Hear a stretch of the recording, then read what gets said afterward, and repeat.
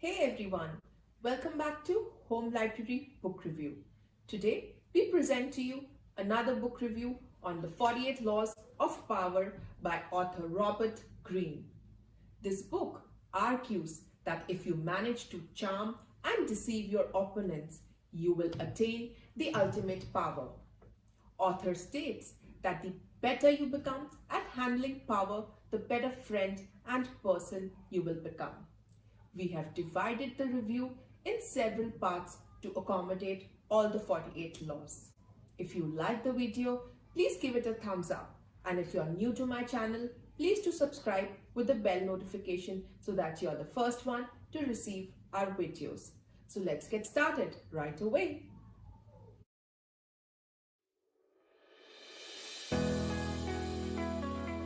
Welcome to Home Library Book Review, where we select a book right from the shelf and explain its learning through easy to understand text, graphics, examples, and animation, along with discussion with family members. You can now order your book review video on www.home-library.com. Today, we're gonna be reviewing The 48 Laws of Power by Robert Greene. This book is an international bestseller. It gives advice on how to get to the top and stay there. To be able to cover all the 48 laws of power, we have divided this review into 10 parts. This is part 3 of 10, and the laws covered here are from 11 to 15. It also has Goodreads rating of 4 out of 5. Is an American author and public speaker. Best known for his books on strategy, power, and seduction. His bestseller books include The 48 Laws of Power, The Art of Seduction, and Mastery. Born and raised in a middle-class Jew family of California, he studied at the University of California and University of Wisconsin to obtain a degree in classical studies. His books are known for apt quotations.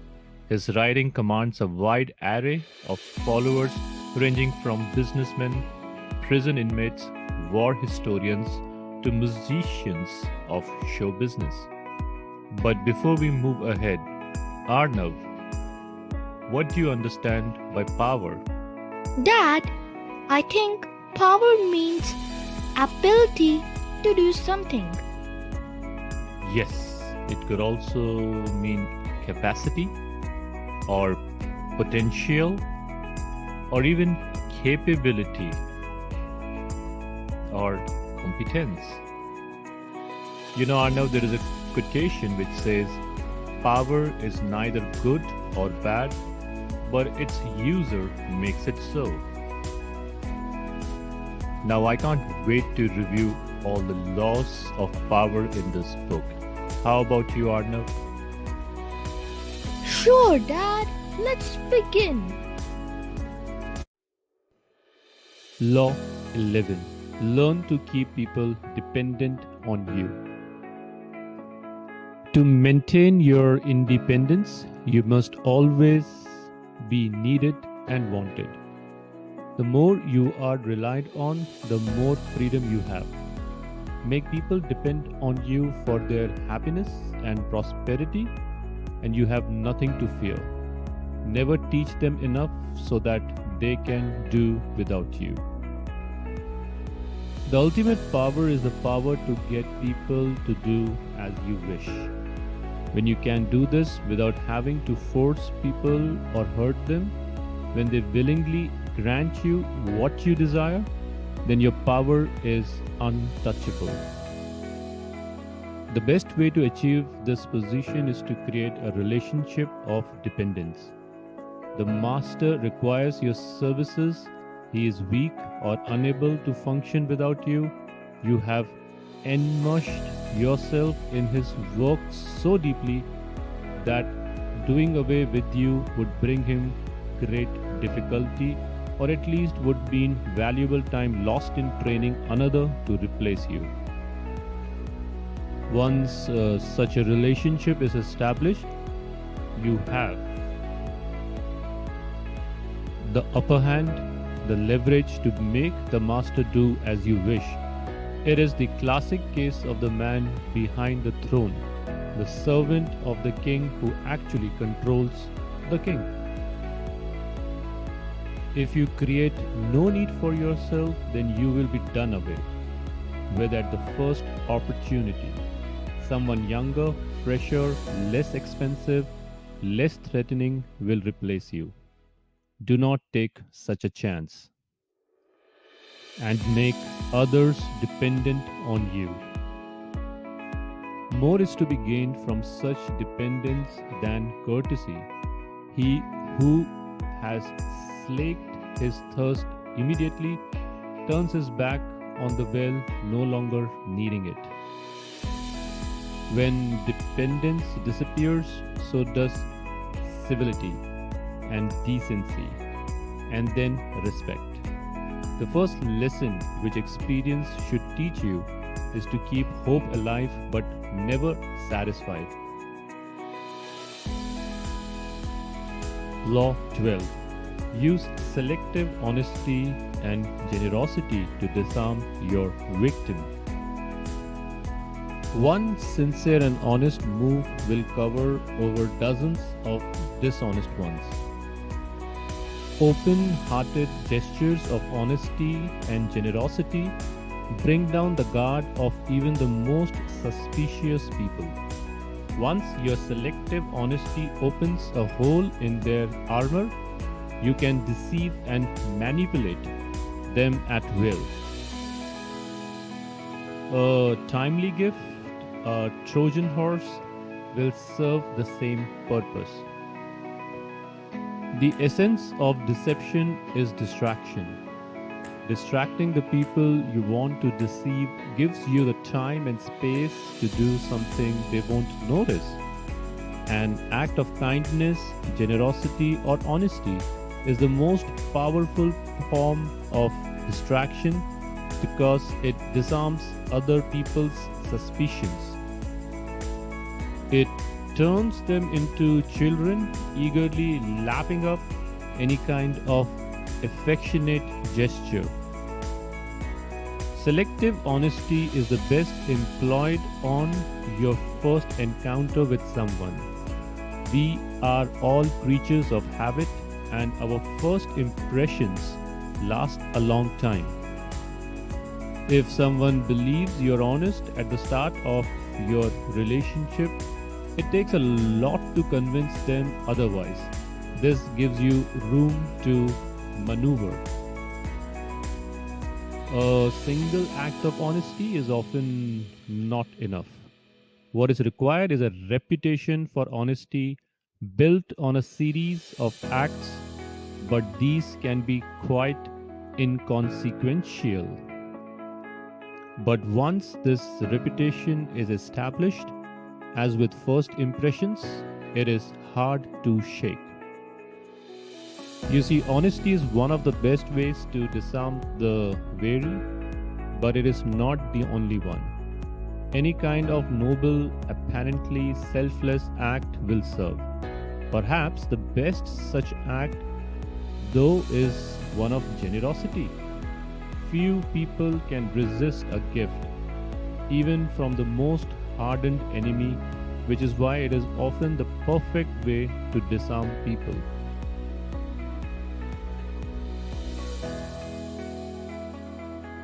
Law number 13. When asking for help, appeal to people's self-interest, never to their mercy or gratitude. If you need to turn to an ally for help, do not bother to remind him of your past assistance and good deeds. He will find a way to ignore you. Instead, uncover something in your request or in your alliance with him that will benefit him, and emphasize it out of all proportion. He will respond enthusiastically when he sees something to be gained for himself. In your quest for power, you will constantly find yourself in the position of asking for help from those more powerful than you. There is an art to asking for help, an art that depends on your ability to understand the person you're dealing with and to not confuse your needs with theirs. Most people never succeed at this because they are completely trapped in their own wants and desires. They start from the assumption that the people they are appealing to have a selfless interest in helping them. They talk as if their needs matter to those people who probably couldn't care less. Sometimes they refer to larger issues, a great cause, or grand emotions such as love and gratitude. They go for the big picture when simple, everyday realities would have much more appeal. What they do not realize is that even the most powerful person is locked inside needs of his own, and that if you make no appeal to his self-interest, he merely sees you as desperate or at best a waste of time. Self-interest is the lever that will move people. Once you make them see how you can in some way meet their needs or advance their cause, their resistance to your requests for help will magically fall away. At each step on the way to acquiring power, you must train yourself to think your way inside the other person's mind, to see their needs and interests, to get rid of the screen of your own feelings that obscure the truth. Master this art, and there will be no limits to what you can accomplish. The shortest and best way to make your fortune is to let people see clearly that it is in their interests to promote yours.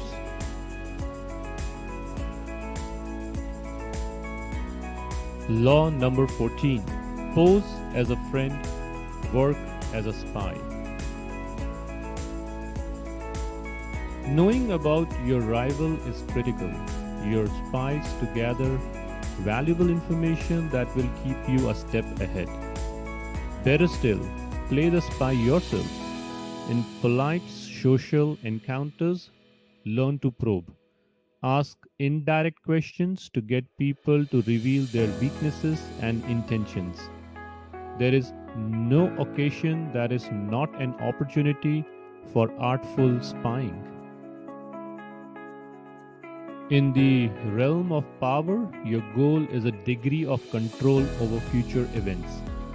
Part of the problem you face then is that people won't tell you all their thoughts, emotions, and plans. Carefully controlling what they say, they often keep the most critical parts of their character hidden, their weaknesses, ulterior motives, and obsessions. The result is that you cannot predict their moves and are constantly in the dark. The trick is to find a way to probe them, to find out their secrets and hidden intentions without letting them know what you are up to. This is not as difficult as you might think. A friendly front will let you secretly gather information on friends and enemies. Let others consult the horoscope and read tarot cards. You have more concrete means of seeing into the future. The most common way of spying is to use other people. The method is simple, powerful, but risky. You will certainly gather information, but you have little control over the people you're doing the work. Perhaps they will ineptly reveal your spying or even secretly turn against you. It is far better to be the spy yourself, to pose as a friend while secretly gathering information. Now, the reason a brilliant souvenir and a wise general conquer the enemy whenever they move and their achievements surpass those of ordinary men is their foreknowledge of the enemy's situation. This foreknowledge cannot be elicited from spirits, nor from gods, nor by analogy with past events, nor by astrologic calculations. It must be obtained from men who know the enemy situation from spies.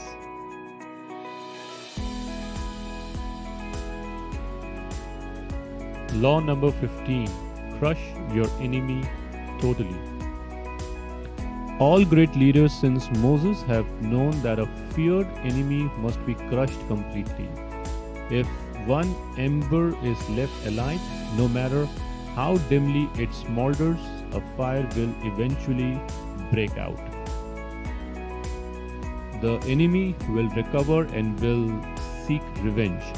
Crush him not only in body but in spirit.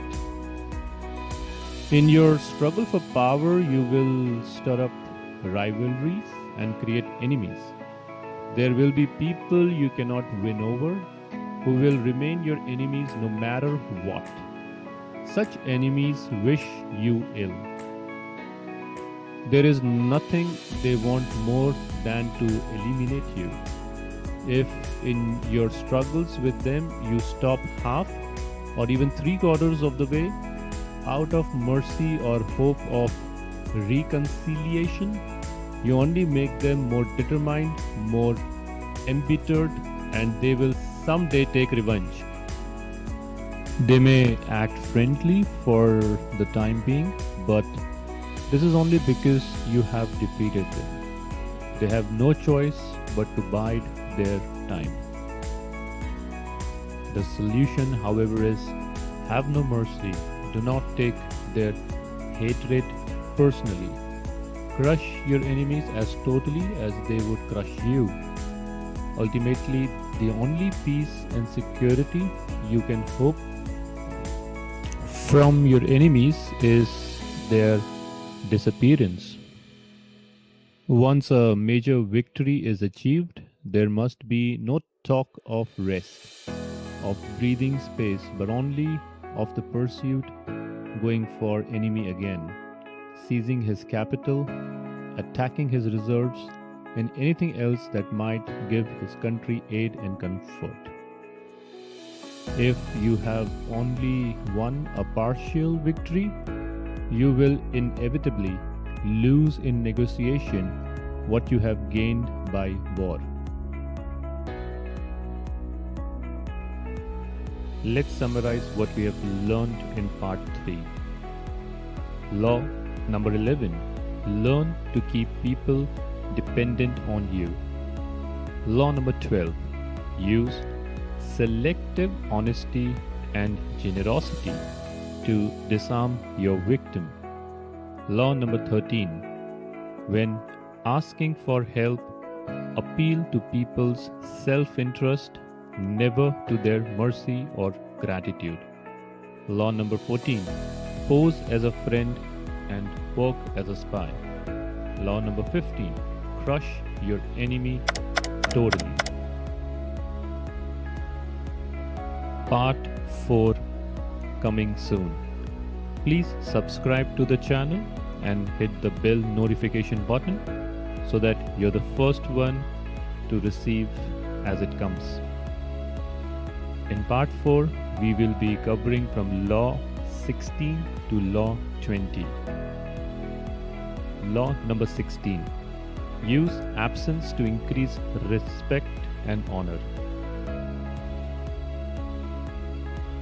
Law number 17. Keep others in suspense. Cultivate an air of unpredictability. Law number 18. Do not build fortresses to protect yourself. Isolation is dangerous. Law number 19, know who you are dealing with. Do not offend the wrong person. And finally, law number 20, do not commit to anyone.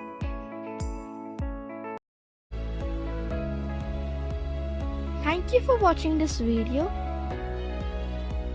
Please like this video and subscribe to our channel.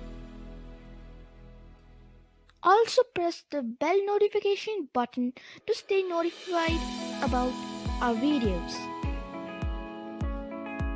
Also visit our website www.home-library.com. Until next time, take care and bye.